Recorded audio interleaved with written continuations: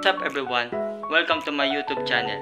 And for today's video, I'm going to talk about a self-reflection, how I see myself as a CS professional.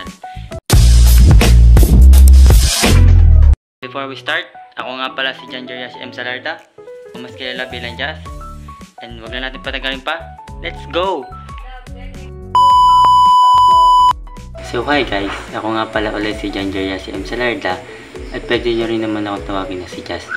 And currently, ako nga pala ay 3rd year computer science student na nag-aaral sa LSPU Siniloan. So, ang pag-iisip ko kung paano ko nakikita yung sarili ko as a CS professional, at ang masasabi ko lang naman dito ay, ako, palaging curious sa mga bagay, and always willing to learn.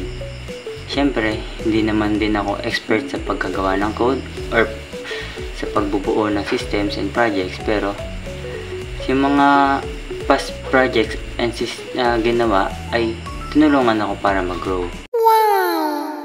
O matutok sa pagko-code.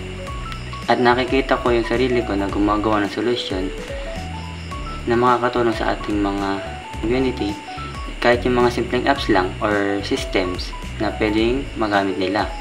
Importante rin kasi sa akin yung teamwork at pagiging adaptable, kasi di ba ngayon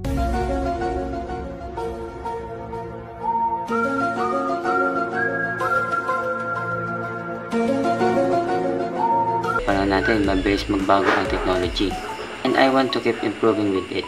So in the future, nakikita ko ang sarili ko as a lifelong learner na laging ready matuto at mag-apply ng aking kaalaman at experience para makagawa ng positive impact sa ating community. Salamat sa panonood, and I hope you enjoy this quick self-reflection. Bye!